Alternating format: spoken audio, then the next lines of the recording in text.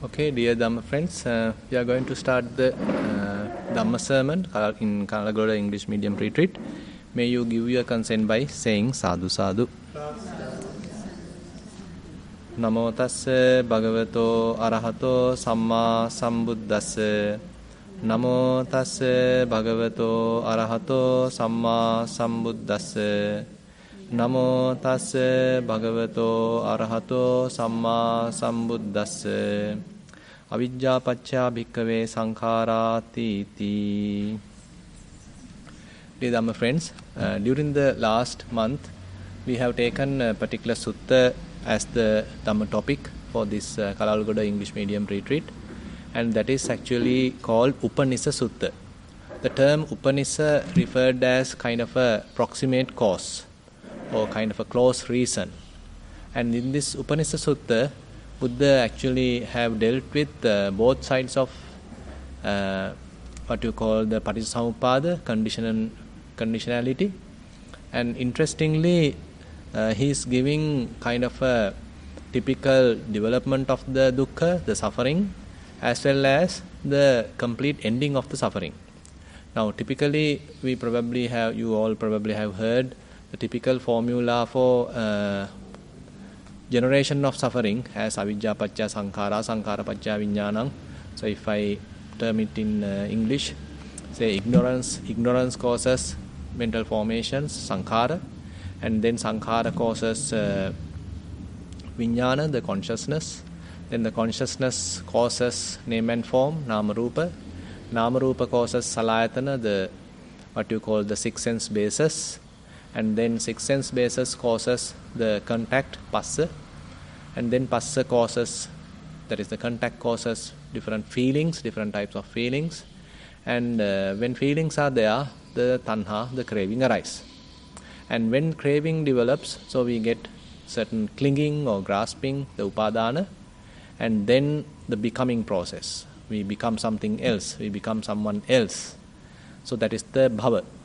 And so then we are reborn to a different state, different realm or different state. So, and then that continues as a kind of going through of what you call the change, going through a lot of suffering, what you call the jati paccaya, jara marana, soka parideva, dukkha domanassa, upayasa sambhavanti. So likewise different levels of suffering we may have to undergo. So that is very much like unavoidable. So whenever we go through this process, the outcome is what we call as this kind of suffering. Now interestingly, in this Upanisa Sutta, Buddha used that suffering as a cause of development of faith. Now typically this 12-link series ends at dukkha, and then Buddha talks differently on the other side, that is the fading away of dukkha side, where if one is able to overcome avijja, overcome ignorance, then there is no way of arising of formations, sankhara. When there is no arising of formations, then there is no development of vijnana, the consciousness. Then there is no development of name and form, no development of sense bases, no development of contact. So likewise the whole series breaks down in case we are able to avoid the development of avijja, for what we call the ignorance. So that is the typical cessation side. Typically what we call in the avijjayatyeva asesa viraga nirodho, sankhara nirodho, vijnana nirodho, nama rupa nirodha. So likewise the cessation side is also highlighted. That is the typical formula where the arising side of dukkha, the suffering side, and the cessation side is explained using the same terminology. So you can see the kind of a conditionality is there. So this conditionality is one of the very important aspect of the Buddha's teaching, where Buddha highlighted its importance. Now say for example in a particular sutta, Venerable Ananda mentioned that people are mentioning that Paticcasamuppada is very deep, very broad, very difficult to understand, but I can understand it. So he is mentioning like that. Then Buddha mentioned, don't say so. Avijja, this Parissamuppada, the conditionality is so profound that it's difficult to understand. And since it is difficult to understand that we are continuously going on and on in the sansaric journey, so therefore if one is able to understand it in detail, in depth, then one can make kind of a breaking of the cycle, coming out of the cycle. So therefore, knowing Patissamuppada, the conditionality, is one of the important aspects of the Vipassana meditation. Now if you come to the practice, so how are we going to recognize the cause and effect relationship? Now, knowing cause and effect relationship and knowing these different factors are very much part and parcel of the whole thing. But knowing the principle, the dhammata, that governing principle is the most important part. What we call as the Patissamuppada, or what we call as the idappaccheta, where the principle, say this conditions that, or this conditions this, and with the arising of this also arise. And when this is absent, not available, that also absent. With the fading away of this, or the cessation of this, that also cease. So this principle is extremely important. It appears like very simple, but it is so profound. And if you consider, say, application of that principle to a practical point, say for example, when your leg is on the surface, or rather on the space, so there is no much of a contact, there is no much of a feeling. But when it is touching the ground, you definitely have a kind of a gross feeling, because it is now touching the ground. Assume that you are walking on the sand path and it is gross. While it is up, you don't feel much, but once it is touching the ground, there's a significant contact happens, then the feeling happens. So there you can immediately recognize, so this contact causes feeling. So this is actually a very gross level of understanding of this principle, that passapacchaya vedana. So the contact causes the feeling. But if you analyze this further, and if you are trying to refine this experience further and further, so there you will understand it is not a single contact, it is not a single feeling. Rather, millions of small contacts are conditioning millions of small feelings. So it's very much like, say, you do Vedananupassana. There you are trying to keep an eye on the development of feelings. So at the beginning what you experience is, okay, there is a, say, painful feeling, and it is now available, present, and it has lasted for 5 minutes, now it has gone. Say for example, another example, say there is a say happy feeling, and it lasts for some time, and now I have experienced that for 7 minutes, very much like, okay, then it has faded. So this kind of a very gross level understanding we typically have at the beginning of our practice. But as you are refining your mindfulness, as you are refining your attention, as you are able to see subtle details of the experience, then the experience little change, your perception little change. So there you understand it is not a single feeling, rather it's a collection of feelings, collection of minute feelings. And those minute feelings individually have their own lifespan. And how long it is? Kind of momentary, right? I mean, previously you had a kind of an idea, okay, this painful feeling lasted for 5 minutes. But now you may understand, so this painful feeling consisting of, say, thousands of small feelings, that minute feeling is very momentary, very short-lived. So this is a kind of an improvement of our clear comprehension, that we need to try to actually acquire that kind of a fairly precise and momentary kind of experience. And actually this principle is not only to painful feelings. I mean, if you are able to apply that to pleasurable feelings, the same situation. So previously you thought, okay, pleasurable feeling was there for 5 minutes, but now you may understand it is not so. Pleasurable feeling consists of thousands of small feelings, and each minute feeling is very momentary. You can apply the same principle to equanimous feelings, There also you may understand equanimous feeling, even though I previously perceived as, okay, it lasted for several minutes, but it is not so. It has a collection of small, small feelings, and each one is very short-lived. Now, as you continue like this kind of an understanding, then you even get a more refined understanding that you can't differentiate. In Vedanānupassana, then you get a different kind of an understanding.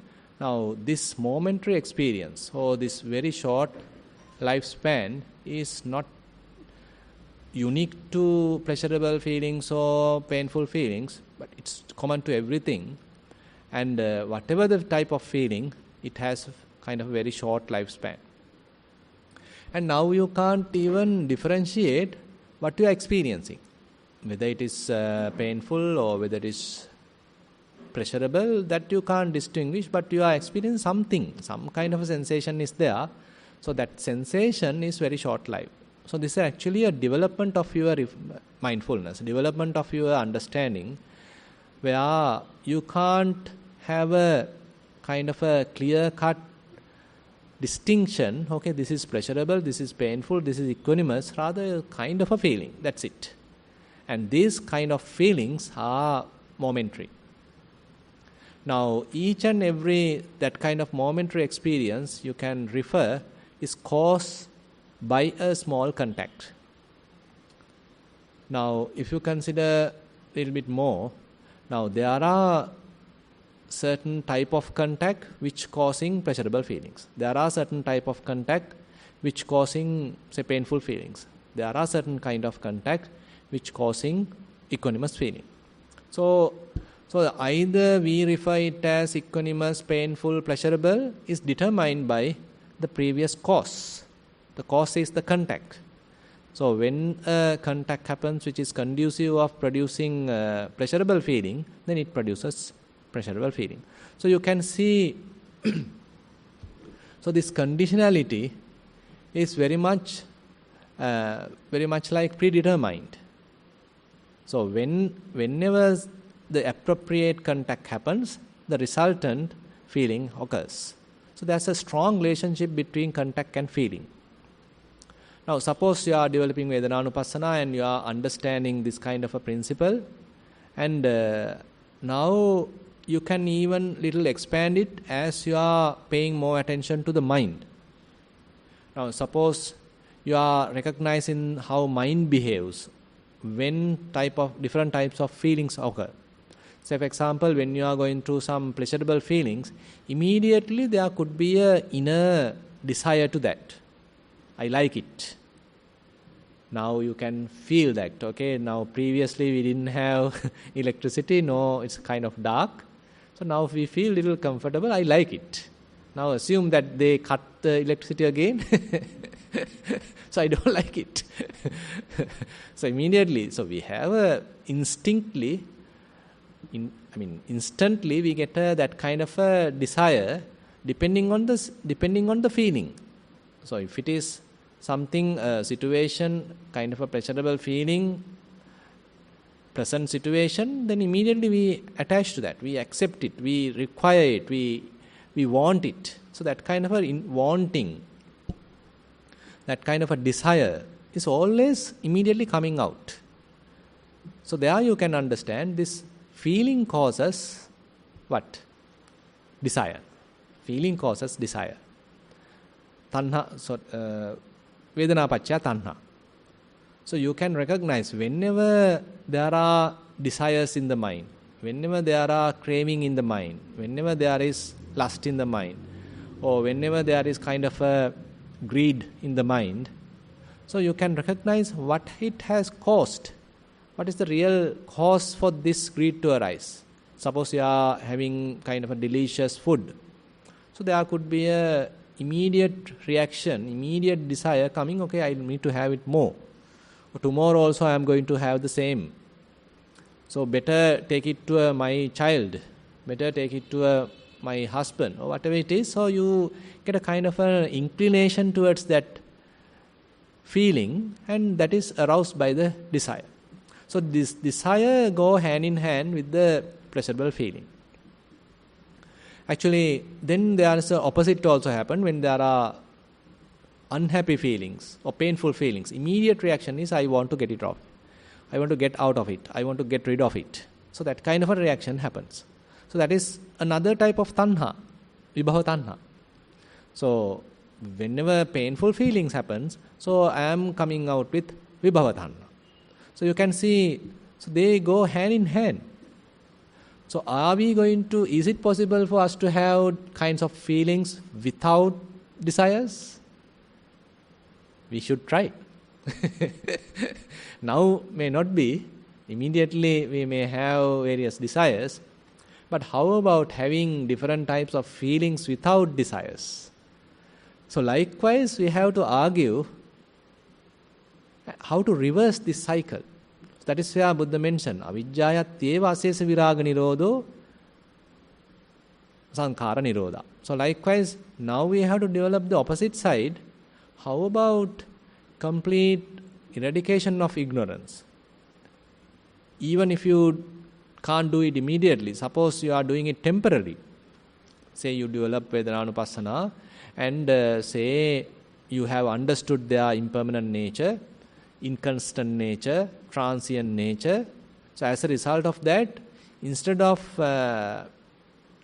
having any kind of attachment to them, having any kind of grasping to that, so you develop kind of a dispassion. So that is viraga. Instead of raga, instead of greed, instead of lust, instead of passion, instead of craving, instead of desire, now you have the complete different experience where you have kind of a dispassion. Now, dispassion sometimes you may experience as kind of a monotony.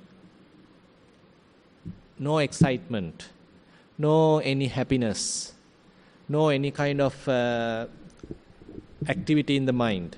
You feel lethargic, lazy, monotony, boredom. Because we are used to excite the mind. We are used to always jump from one pleasurable feeling to another pleasurable feeling. Suppose you are watching a movie and if it is now going to end and you know it's going to happen like this,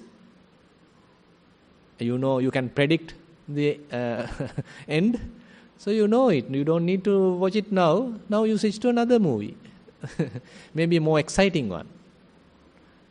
Assume that you are listening to a particular song and you have completed that. Now you are yearning for another song or yearning for something more pleasurable.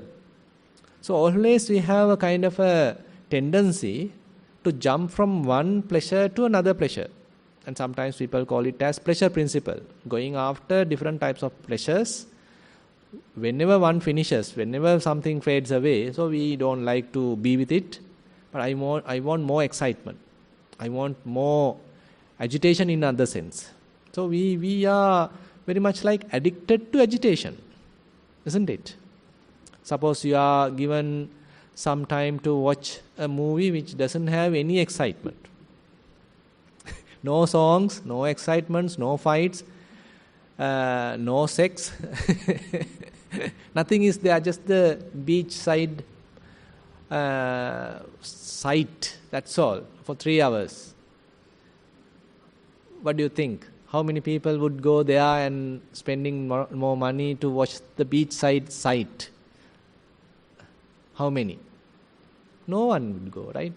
But if there is a kind of say movie which filled with excitement, thrills and all this and that, then you can't see the crowd in the petrol shed. All have gone to see the movie. If assume that it is shown free of charge, so people would love to be in the crowd. So that is fine. I mean, we like to agitate the mind. We like to excite the mind. But when you feel, on the other hand, no excitement, no agitation, so you feel bored and you feel drowsy, you fall asleep. So that is what happens as we are moving forward in the Vedananupassana, for example. So as you recognize pleasurable feelings, okay, you can continue. As you even recognize painful feelings, you can continue. But when you are moving more towards more equanimous type of feelings. Now you can't distinguish whether it is even pleasurable or painful, but it is very much like more equanimous. Because when the distinction is less painful, pleasurable, that distinction is less, it is very much like equanimous. So more and more equanimous means more and more bored, more and more kind of monotony, and now you fall asleep because it is more bored, no excitement, no differences. So, but assume that you have heard the Dhamma, you need to continue, you are now going to another level of your practice, and now you are coming to a level, kind of a dispassion arise and disenchantment arise. Now disenchantment, dispassion, revulsion in other sense, non-attachment, so all these appear like not exciting, not triggering the mind, not triggering the mind. So instead of getting out the seat, instead of looking for something exciting, something beautiful, something happy, if you are able to continue the practice, then what happens? So your mind starts to come out of the experience and try to find out its own kind of a different level of experience. So there, the grasping is no more, attachment is no more, and your mind may experience some sort of a dispassion, relinquishment, non-attachment, and kind of spacious awareness. Now, at this moment we can say, where is ignorance? You can question, where is ignorance? And are there any mental formations? And where are the consciousness has established? What do you think? So now typically, for the consciousness to establish, it needs some gross experience. And it needs some footing. It needs some fertilizer. It needs some strong excitement. Then it can fairly establish. But in the Vipassana practice, so we are a little bit of refining this whole process. We are trying to minimize this feeding cycle gradually. And slowly what happens is, so then consciousness come to a situation where it doesn't have a strong footing, doesn't have a excitement, it doesn't have a strong perception, doesn't have any mental formations. Now it becomes very much like unestablished. So, on the other hand, when there are no mental formations, that indicates what? So, on the other hand, if I ask you, what made mental formations? What is the cause of mental formations?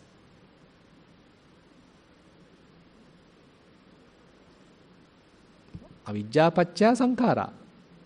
So sankhara is the formations. So what has made the mental formations? Avidya, ignorance. So if there are no formations in your mind, if there are no storytelling, if there is no any inner chatter, and if you don't want to do anything further even, I mean say you don't want to get up, you don't want to have a drink, have a coffee, have a milk, and there is no such desire either. So there are three kinds of formations, no? If you consider bodily formations, verbal formations, and the mental formations. All three types of formations assume that you are minimizing. Say you are sitting cross-legged, and fairly the gross bodily formations are subsided. You are not killing, stealing, sexual misconduct. So those are the most gross kind of bodily formations, and you have completely avoided that. And making some good activities, say you are giving dana and all these things, that also not there. Even the wholesome kind of bodily formations are not there. And you don't even move your arms, legs, even that is not there. And so you can see the refinement, how you are doing. And now you do only the breathing, isn't it? So the even breathing has become more and more refined. So that means bodily formations have further refined. And are you talking? How about internally? So your mouth is closed, but the inner chatter, so that is also has to be stopped. So that is where, people may not be talking, but internally they are cursing, talking, murmuring, thinking. So that is also a type of talking. That also has to calm down, subsided. So inner talking, inner chatter. It's a verbal formation, a very subtle level of verbal formations. Vitakka vichara. So that also has to be subsided. Now, what is remaining is the mental formations. So if you are able to reduce mental formations, say there are no kusala vitakka, there are no akusala vitakka just in the mind. You are not thinking of anyone, you are not thinking of anything, you are not having any metta, any of those kind of thoughts. There are no lustful thoughts, there are no angry thoughts. Any kinds of thoughts are also absent. Then what do you think? In order to do that, in the other hand, you have to have some kind of a understanding, some kind of a development, some kind of a wisdom in order to calm down all these mental formations. So it's a kind of a process. You can't do it immediately. So the whole Vipassana, as you know, it's a development of wisdom. Vipassana means development of wisdom. So the whole Vipassana path is different levels of understandings. At the very initial stage, you understand it is just name and form. There are different material conditions are there. So all these different material conditions I am knowing. And you may even remove the I part, just the knowing. So there is material processes, then the knowing process. That's all. There is no any person. There is no I. Just the knowing and the whatever the physical process. So you are coming with a kind of an insight. And then probably you may further refine it. There are various subtle kind of physical activities. Say movements, vibrations, hardness, softness, lightness, heat, cold. So very primary level of physical experiences. And the knowing part, the mental experience. And as you are further broaden that understanding, you may even come to what we just discussed, the cause and effect relationships. Now you see fairly enhancement of our wisdom. We are growing fair amount of wisdom. So all these development of wisdom, on the other hand, reduce the formations. Bodily formations, as well as the verbal formations and the mental formations. So all these formations does not reduce if you don't have any kind of a wisdom. So more you have ignorance, more formations. More you have avijja, more would be the sankhara. On the other hand, more you have wisdom, less would be the sankhara. Now, if you don't do anything, what does it mean? No bodily formations, no verbal formations, no mental formations. Is it an ignorant state or a wise state? Then, illika, what do you think? Not doing anything. Is it a wise state or ignorant state? Sorry? So last time actually I can remember you were asking again and again, but I am just staying, nothing is there. So what I am going to do next? So that is a kind of a formation arising in ourselves. So I am not appreciating this inner silence. So I am trying to agitate the mind. So that's a kind of a agitation available in the mind rather than being silent. So this silence is not a kind of a dump state that you need to clearly distinguish, that you need to clearly recognize. Say you are being unconscious due to some reason. Suppose you become unconscious. And there also you are not doing anything, right? Body you can't move. You are not talking. And you may not even think. You are fully unconscious. And what's the difference between that and fully conscious level. So you are fully awake. You can listen, you can hear, you can even see. But mind has stopped. Mind doesn't want to go and talk. Mind doesn't want to go and grasp. Mind doesn't want to go and involve. Rather, mind its own business. So basically, that is not a kind of an ignorant state, rather a very wise state. So therefore Buddha, how long can he stay there to the maximum? 7 consecutive days. So it's not a joke. It's not an easy thing. So we can't stay there for 5 minutes. So Buddha and the full-fledged Arahants, they can stay there for 7 consecutive days. So you can see what a kind of a state, mental development one has to have in order to have, it is not a kind of an inactivity even. It's not a kind of an ignorant, unconscious inactivity. It's a full-fledged just being. Understanding that formations are due to ignorance. So if you are kind of aiming, calming down of all different kinds of formations, sabba sankhara samatho, calming down of all formations, then you have to develop wisdom. Ignorance has to be eliminated. Avijja has to be eliminated. More avijja is eliminated, lesser would be the formations. So it doesn't mean you become completely inactive, passive, and you don't react to any kind of a condition.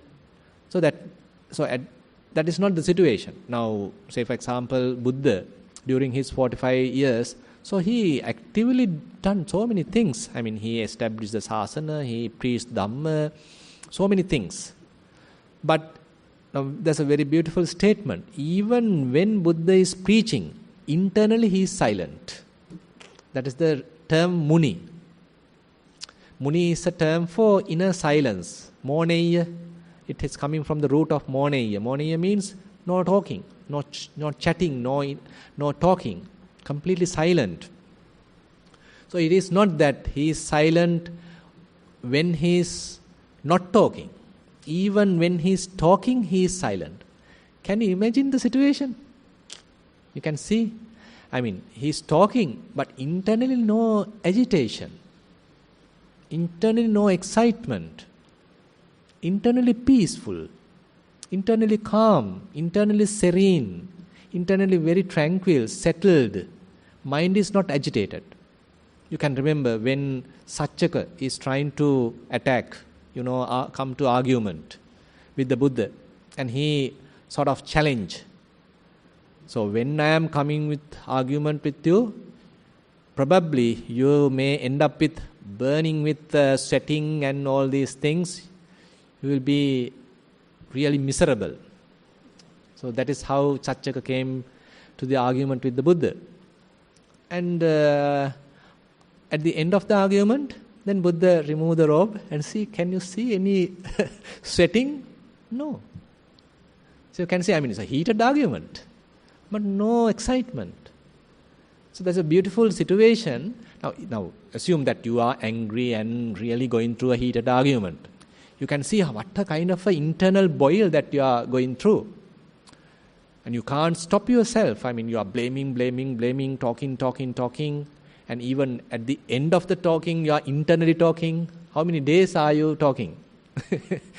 Whenever you can remember the situation, still you talking, right?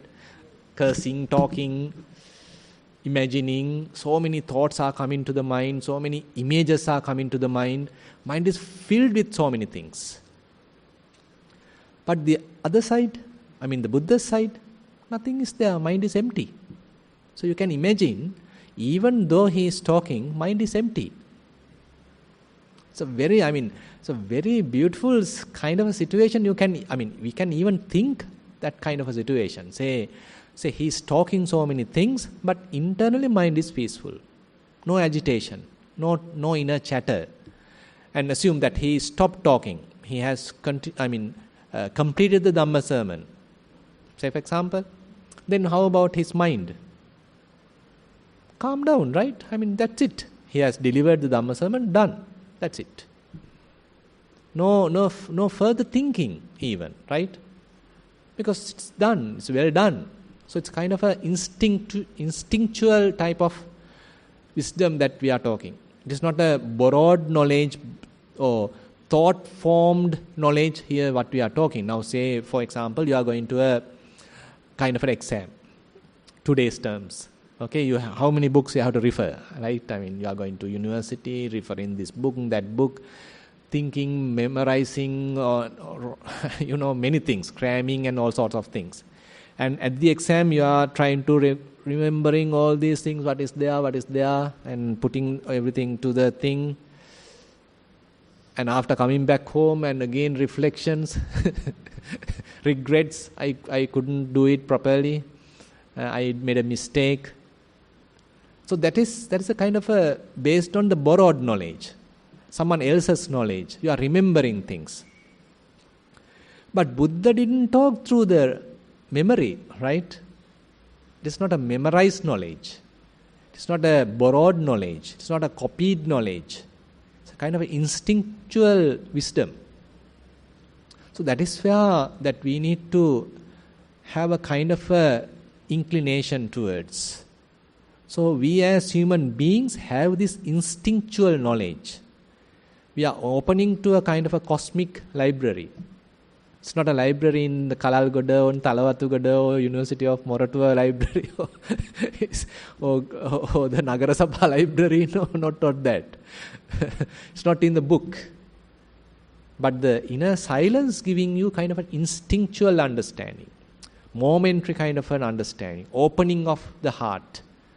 So the kind of a different kind of understanding that we are talking here. So that is where the silent observation is more prominent, that you are not allowing the formations to arouse, not allowing the memories to come and hinder the experience. Rather you keep all that quiet and you do the very unbiased observation. So through that unbiased observation, what you are getting is this instinctual, momentary kind of wisdom. Now, in this Patissamuppada also, so that is where the principle is so important. And Buddha mentioned about the principle very highly. He appreciated that principle. And he mentioned, there's a very beautiful sutta called Paccaya Sutta in Samyutta Nikaya. So there he mentioned, even if there is no arising of a Buddha, so this principle exists. It is not a kind of a creation of the Buddha. The principle, if you consider, this causes that. With the arising of this, that causes, that arises. And if there is no this, then that is also not there. And with the cessation of this, that also cease. Say, for example, with the arising of, when the avidya present or the ignorance present, the mental formation is present. With the arising of avidya, with the arising of ignorance, the mental formations also arise. If there is no ignorance, there are no mental formations. And with the cessation of avidya, ignorance, the mental formations also cease. They also calm down. So even with the absence of Buddha, what do you think? This principle exists. It is there. So then what Buddha does? So he is the one revealing this fact. So he mentioned abhisambujjati. He awakens to this fact. He awakens to this reality. Abhisameti. He breaks through it. He breaks through it. And then achinkati. He explains it. Deseti. He teaches it. Panyapeti. He proclaims it. Pattapeti. He establishes it as a kind of a principle. This is the governing principle. Monks, look at it. So likewise, like a teacher, he teaches it, explains it, then breaks through it, understands it, awakens to it, disclose it, vicharati, vivarati, vibhajati, he analyzes it, elucidates it, uttani karoti, and says, passatati chaha, look at, avijja causes sankhara. So you can apply this principle to all these different links. Avijja paccaya sankhara. So to this link, you can apply the principle. This causes that. Avijja causes sankhara. Then sankhara causes vijnana, consciousness. So the principle remains. The principle is common to each and every link. So the principle is the governing fact. I mean, remembering all these different 12 links is not the important thing. So the understanding of this very root principle, that is the most important thing. And when you know the principle, knowing 2 facts is even enough. Say, for example, through your practice, if you are able to recognize, okay, feeling causes craving. So there you understand, okay, feeling causes craving. Now you understand the principle.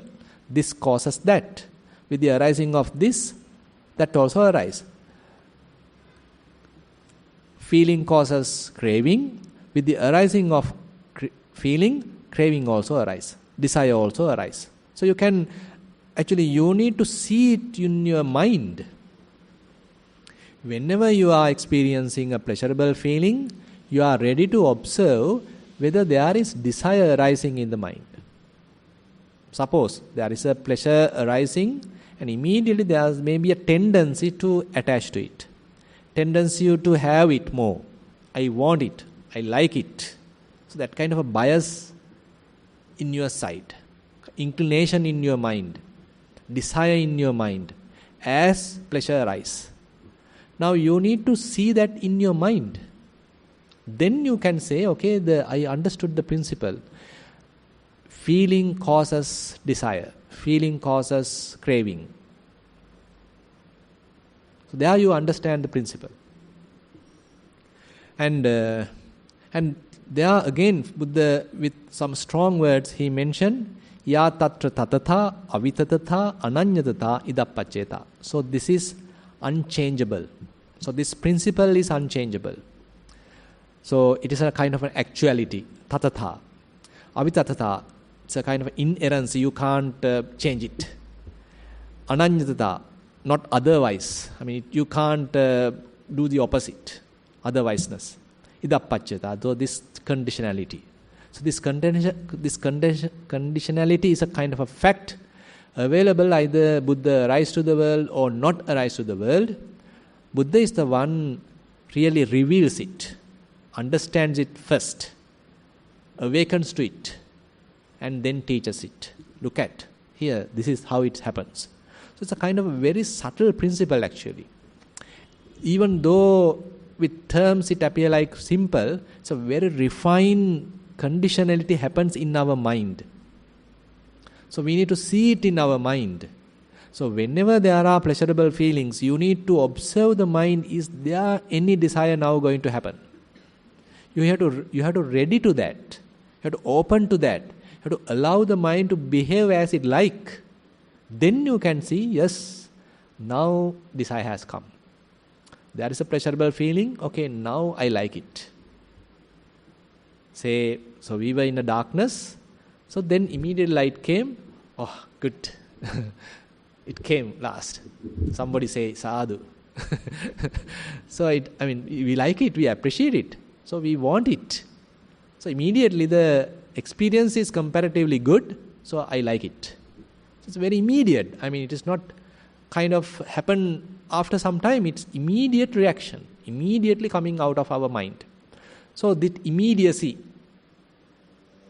is very important. So this whole principle, actually the whole 12 links is applicable to each and every incident. Say, I think last time also I explained, say if you want to have a cup of tea, so you can apply this whole causality even to this experience. Say you are imagining, first of all, say for example, I want to have a cup of tea. How about having a cup of tea? So that is how, kind of a jerk coming from the mind. So now you get a mental image of some tasty cup of tea. A little bit of milk there, maybe tea there, a nice warm cup of tea. Now constructions. All these are constructions, formations. Ignorance is that you imagine, okay, I am definitely going to have a real good experience after having this cup of tea. So by given that kind of a indication, now you are imagining, okay, I am walking there, I am preparing it, I am adding very good Ceylon tea, blah, blah, blah. So now internally you live in that even. Suppose now if we take today's example, suppose you are run out of fuel. Now you are imagining, okay, when I am going to the shed, nobody should be there. Then I am the very first one. No crowd, no queue. You are imagining it, right?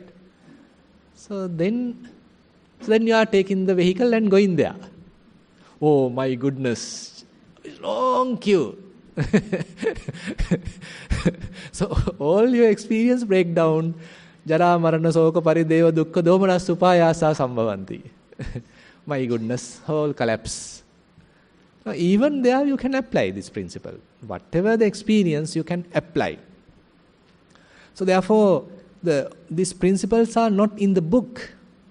So these principles are there for you to really apply to your whole life experiences. So here we are not talking any kind of a dogmatic kind of a theory. Rather, we have to practically apply all these principles in our life. Whenever we go through some actual experiences, life experiences, we can look back how it has happened, how I went through all these different stages, how my mind ignorantly imagined a lot of things, constructed a lot of things, thought about a lot of things, made kind of imaginary condition, how I lived there. Even before I really experienced it, physically experienced it, how I imagined and appreciated it mentally and lived in that experience. You can imagine that. Say, for example, suppose that you are falling in love with someone. Now, before your marriage, how many imaginations going in your mind? So you can think about these things. You haven't had any physical relationship yet, but internally you are thinking, imagining, fantasizing. All mental formations. Consciousness has a strong footing. It doesn't need any physical footing. It has a lot of imaginations, thoughts. Either sankhara, either sanya, the various signs. So that is enough for the vijnana to have a strong footing. So in Vipassana, so we are doing the complete opposite. Complete opposite process that we have to do in Vipassana. So that is why, in the Vipassana meditation, so you are kind of de-learning. You are emptying the mind. Rather than thinking, you are slowly calming down thinking. Say you are fairly in the walking path. Suppose when your mind is well established on your bodily experience, if you reflect back in your mind, there may be less thinking. So whenever your mind is fairly concentrated, very mindful with the bodily process, bodily activity, that means mental activity has fairly calmed down. Say your breathing has fairly calmed down, you are experiencing very refined, subtle breath. Then how about the mind? Have you checked your mind at that time? Mind also should calm down. Without your mind being calmed down, your breath may never calm down. So this has a very direct relationship. So the bodily process calm down means your mental process also should have calmed down. So you can see, so we are slowly calming down bodily processes, calming down verbal processes, calming down mental processes. So at a given moment, with wisdom, if you are able to relinquish all the mental formations, no more thoughts, kind of absence of thoughts, and even the consciousness doesn't have any footing, not in the feelings, not in the any kind of bodily physical activities, or not in the thoughts, mental activities, then there is no footing for the consciousness to establish. So your mind become is it unconscious? Fully conscious, by the way, remember that. It's not unconscious. Fully conscious but not established. You can't have it, you can't imagine it. Don't try to imagine and have it. You got to experience it. So that is, so Buddha's teaching is so beautiful in that sense. So if you are trying to imagine that thing, how is going to happen? Huh? How this mind become conscious at the same time not established. So you are thinking. Ultimately you become end up in Angodo somewhere. So you can't think and have it. Rather you need to practice and experience it. So that's the beauty of Dhamma. So beauty of the practical teaching of the Buddha, where you can experience it, but rather you can't think and have it. Thinking make you more confused, but the practice make you unconfused, more simplified, more spacious, clarified, clarity of the mind. So the clarity of the mind comes as you are developing Vipassana. It has to. Calming down of mental proliferation has to happen. Calming down of proliferation has to happen. Lessening of vitakkas have to happen. Calming down of the body has to happen. Tranquility has to happen. So all these things have kind of a direct relationship. So when you are having, at least for a temporary, if you are able to have freedom from ignorance, then can't have any kind of formations. Then your mind is fairly settled. So therefore you can try to experience, or rather apply these principles, Patisamuppada, into your experience. So whenever your mind is agitated, you can look back how you have gone through each and every link. Avijja pacca sankhara, sankhara pacca, where are the avijja? Where are the sankhara? Where are the mental formations? How did you make that formations? How you viewed the mind? How you viewed different thoughts? So you can look back how your mind get entangled with so many images, mental images, nama rupa, and how it has agitated yourself. I want that, I want this. And how you are looking at this, looking at that, and the activation of different senses. And now you are going and having it.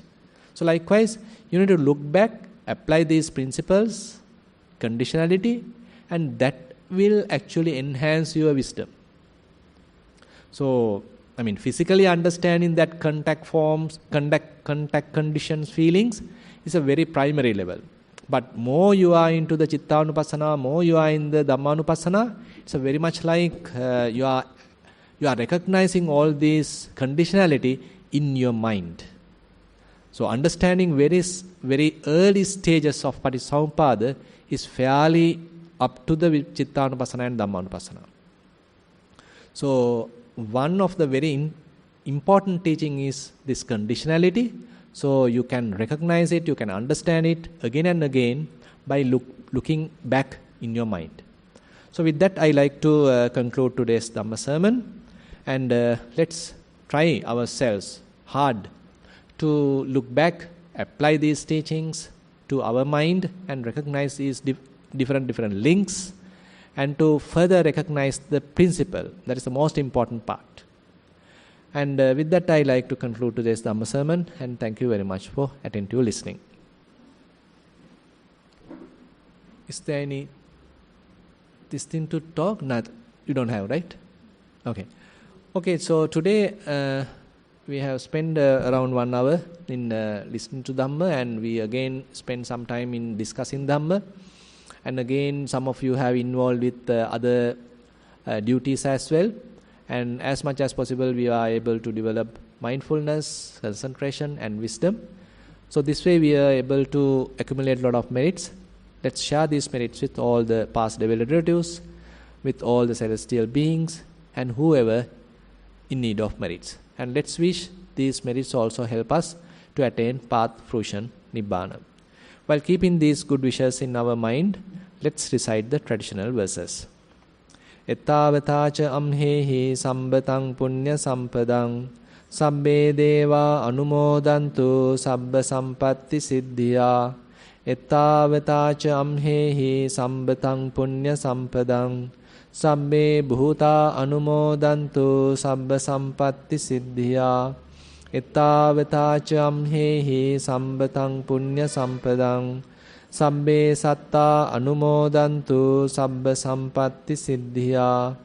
Akasattha ca bummattha devanaga mahiddika punyantang anumoditva chirang rakhantu sasanang. Akasattha ca bummattha devanaga mahiddika punyantang anumoditva chirang rakhantu desanang. Akasattha ca bummattha devanaga mahiddika punyantang anumoditva chirang rakhantu mamparang. Idang vo ñātīnaṁ hotu sukita hontu ñātayo.